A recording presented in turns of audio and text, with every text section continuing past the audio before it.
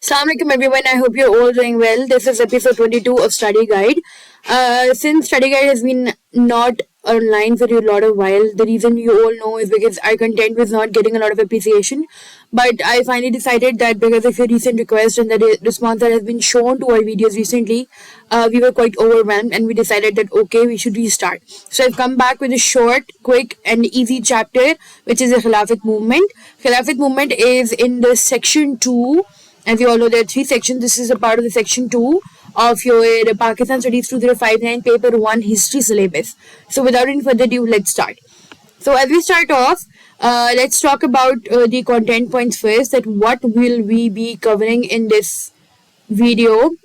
So first off, we'll be discussing the introduction. By introduction, we mean what the Khilafat movement was. By what the Khilafat movement, we will be covering 4-mark questions relevant to this. We might also cover a few points to the 7-mark questions as well. So this is why we're going to be doing a slight introduction. Then we will be covering the reasons for the formation of the movement. Reasons for the formation are basically why did the Khilafat movement come into being. Okay. And then we have another set of reasons which are for the failure of the movement. So we all know that the Khilafat movement had failed. So we will also be discussing why the movement failed. Why the Khilafat movement failed. Okay. This will also help us look further into a 14-mark question of whether it was a failure or it was a success. Then we have the successes, if any, as a result of the movement. This is again for the sake of a 14-mark question in case you get a 11-mark question of the successes versus the failures. Last but not the least, we have important things or terms to remember around about this event. Basically, the dates of the Khilafat movement.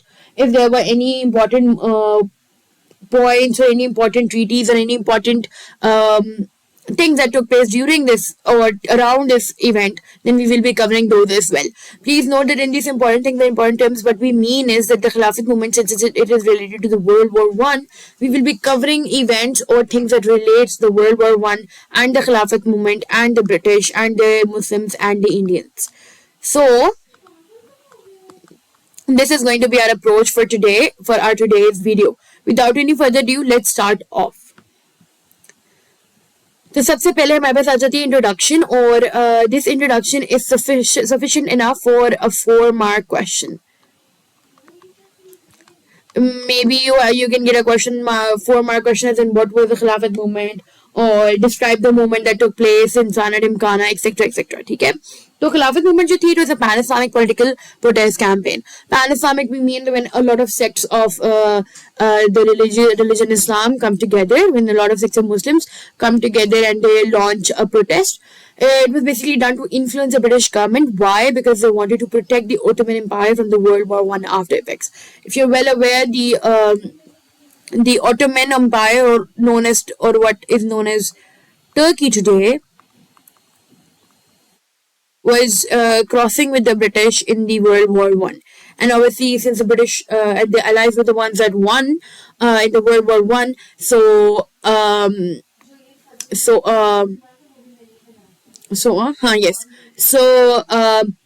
obviously, when they won, they were going to take their revenge from the Ottoman Empire, the Turkey. The Muslims obviously did not want this for religious reasons, for religious affiliation. Let's write this down over here for your development. Because of their religious affiliation with the Ottoman Empire, they did not want this to take place.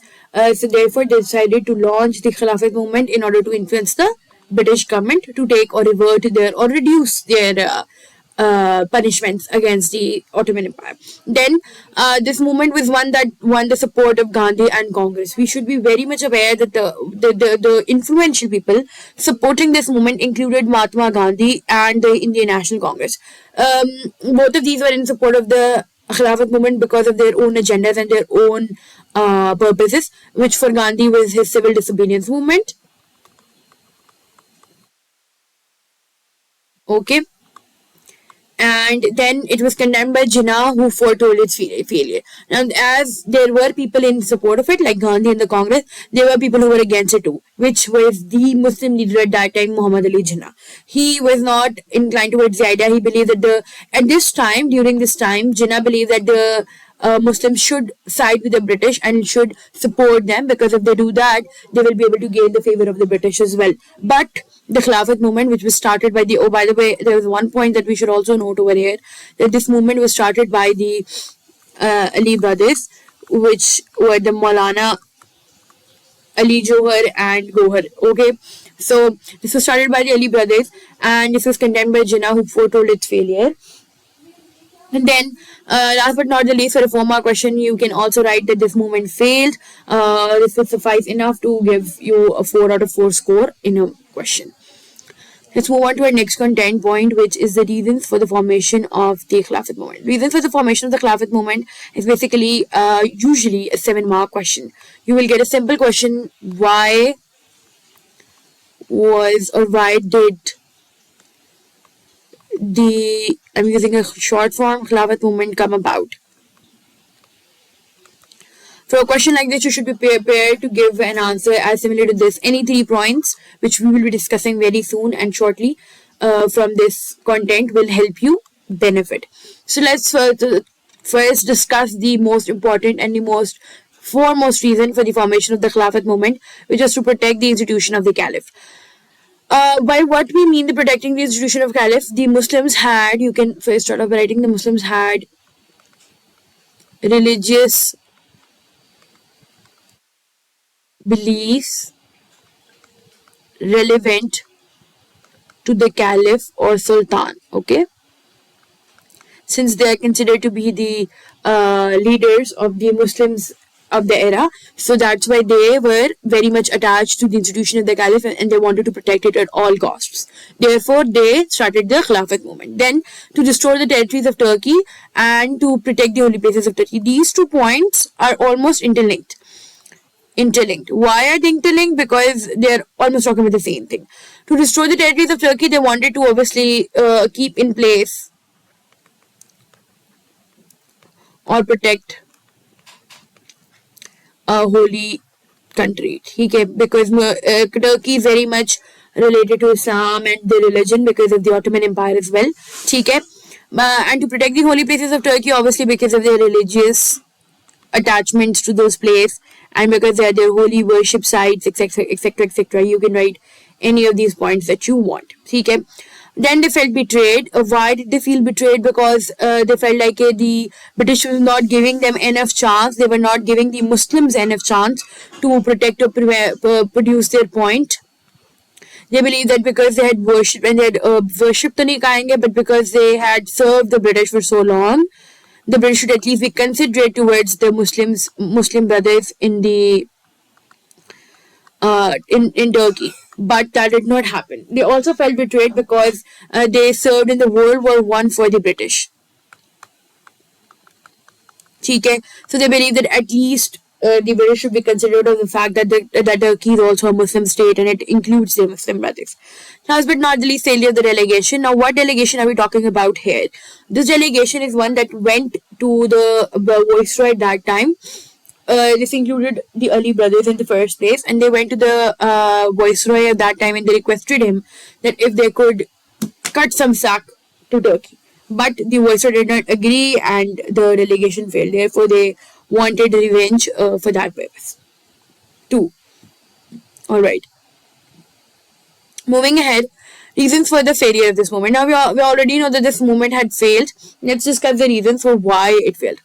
So first off, we have the abolishment of Khilafat by Kemal Atatürk. Now, I'm not sure if you guys are aware of him, but Kemal Atatürk was a leader that rose in Turkey soon after the World War I, and he abolished the caliphate system. You can easily get a 4-mark question on who is Kemal Atatürk, so you guys should better be prepared for it.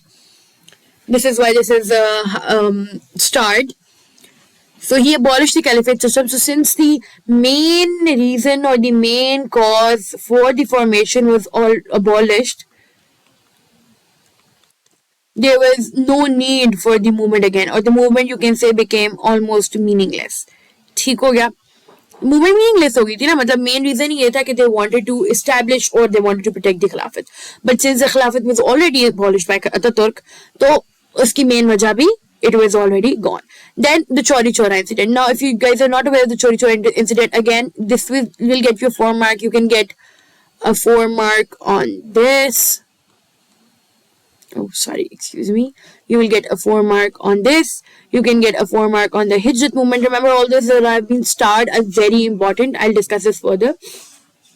So the Chori Chora incident was an incident that took place in one of the what do you call it?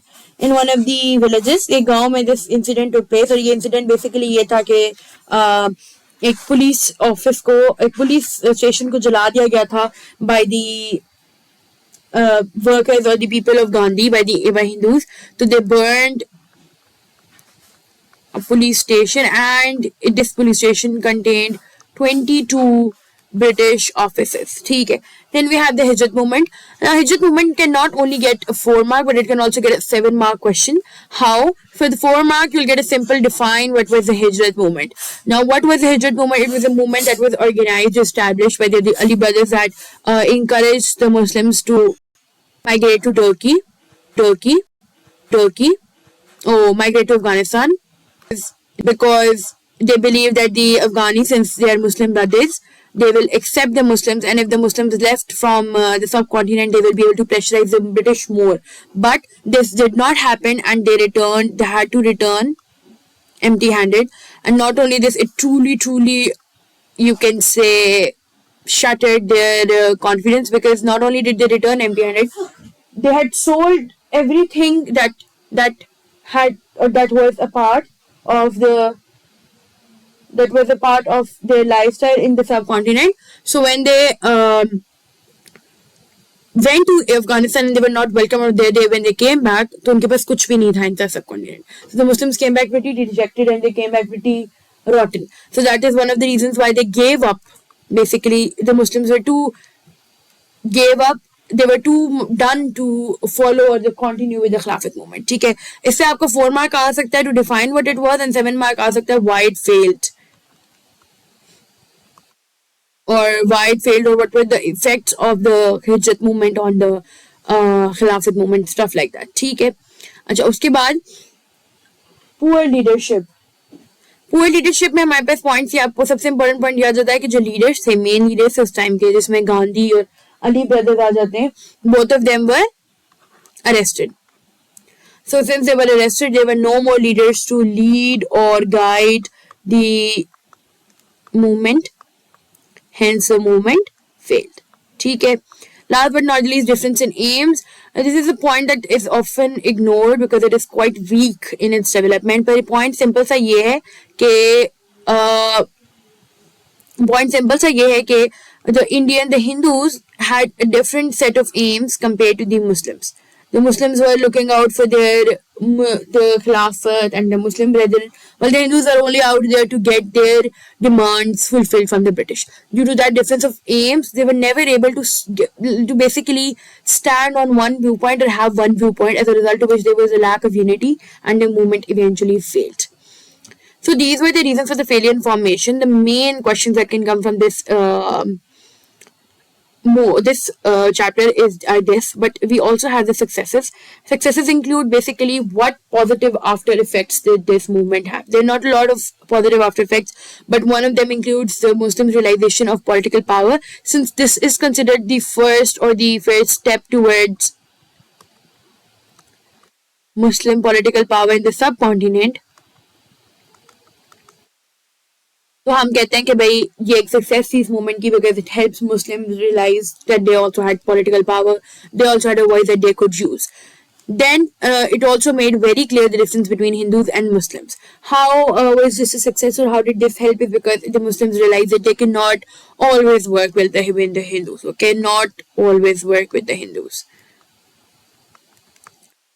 As a result of which they were basically more and more moving towards the idea of a two nation or a separate nation or individuality. ठीक हो गया. Then last but not least, the important terms or the important mentions that can take place include the treaties. First of these treaties are basically relevant to the World War I. These treaties include the Treaty of Versailles. The Versailles Treatment or the Versailles Treatment treaty is basically the one in which the war between Germany and the Allies came to an end.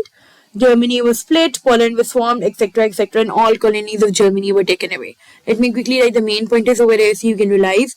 Germany versus Allies came to an end. ठीक है, in the World War One. We're not talking about the World War Two. Please note. Then Treaty of Sevres or Sevres. The Treaty of Sevres was again a peace treaty which brought the end to the um, Ottoman Empire and the Allies. ठीक है. If you only remember the fact that this was a peace treaty and it brought the Ottoman Empire and the Allies to, and you will easily be able to score 2 marks at least in your 4 mark. And then you have the Treaty of Lausanne or Lausanne. This treaty was signed in Switzerland. This was the second attempt after the Treaty of Sevres. This is because the Ottoman Empire again, I think, rebelled, and as a result of which this treaty again had to be signed. This was the second treaty between the Turkey and the Allies. Okay. Now, some other important mentions include the Hindu Mahasabha. Hindu Mahasabha was an Indian revolutionary movement, and it worked for the preservation of Hindu social and cultural heritage. Alright, and this was basically a revolutionist movement. Let me write over here. Hindu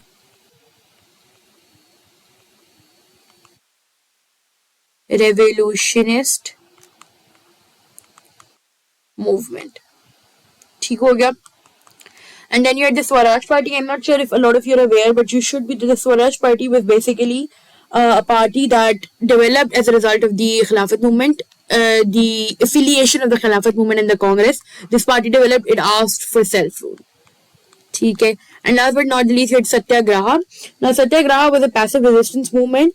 It was again for self-rule or self-government in the Britain, in the subcontinent, in the British India. Started by Gandhi, again asked for self-rule, and this was what Satyagraha was, a passive resistance movement. This included stuff like hunger strikes, food strikes, etc., etc., protest petitions. Jinnah was never a part of this. He never liked any of this. So yes, he was not included in it. So guys, to sum it all up, this is the entire Khilafat movement in the most briefest and the most amazing form ever. This video covers up everything that you need to know from the Khilafat movement, around the Khilafat movement, surrounding the Khilafat movement. And it also covers up a lot of questions and a lot of answers for you all. Other than this, you can research and you have your books that you can use to further elaborate on these pointers as well. So this was all from our side in Study Guide episode 22 of Khilafat Movement. Please let us know in the comments below what things do you want us to immediately post so we can work on it and post as soon as possible. Apart from this, we are offering a crash course for the May-June 2023 exams. Let me write that down over here. We are offering a crash course.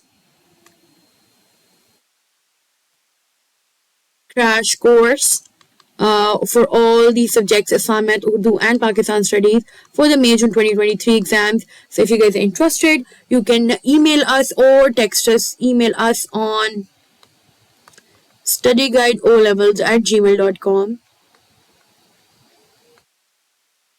or you can call or WhatsApp us on 0323 739 4015.